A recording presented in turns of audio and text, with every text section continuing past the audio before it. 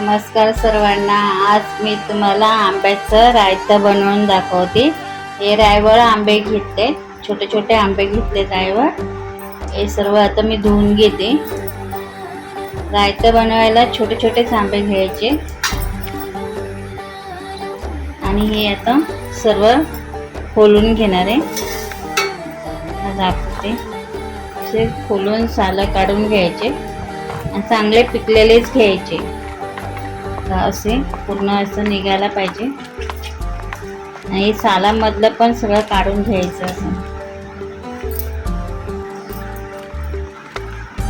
असं करायचं थोडा वेळ, म्हणजे ते अजून चांगले नरम होतात. आणि आपण असे बघून बघून घ्यायचं. सगळेच आंबे चांगले नसतात म्हणून बघून घ्यायचं. सर्व मी आता हे काढून घेते. आता असे बाजारात हे आंबे आले, त्याच्यामुळे तुम्ही पण असे रायतं बनवा आणि असे काही खराब मिळतात म्हणून बघून घ्यायचं.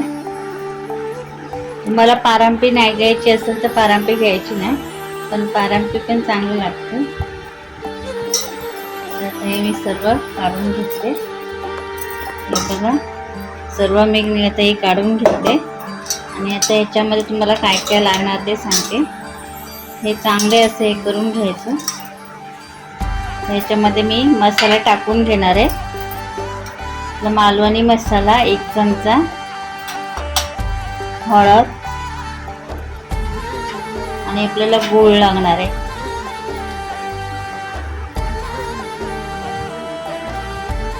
आणि थोडंसं मीठ, म्हणजे गोड आणि जरा गोडाबरोबर जरा कसं मीठ टाकल्यावर चांगलं लागतं म्हणून थोडंसं मीठ टाकलं.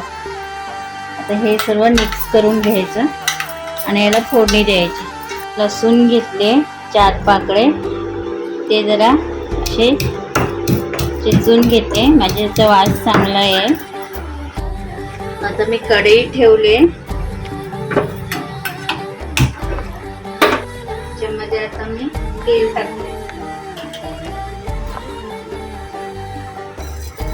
राई टाकली, थोडंसं हिंग,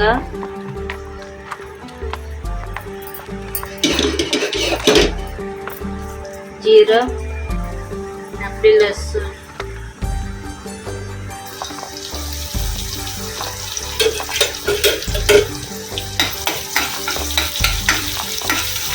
लसूण थोडी लालसर करून घेते. आता कढीपत्ता,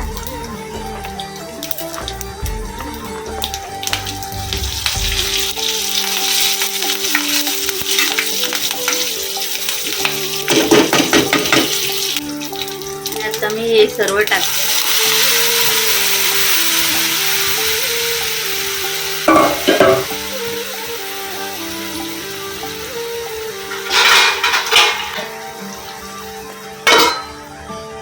आता याला मी 10-15 मिनिटं शिजवून घेते.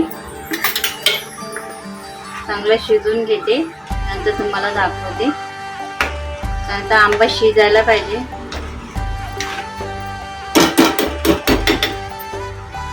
वास पण खूप छान येते. तर आपलं आंब्याचं रायतं झालेलं आहे. तर तुम्हाला मी काढून दाखवते. किती छान आहे.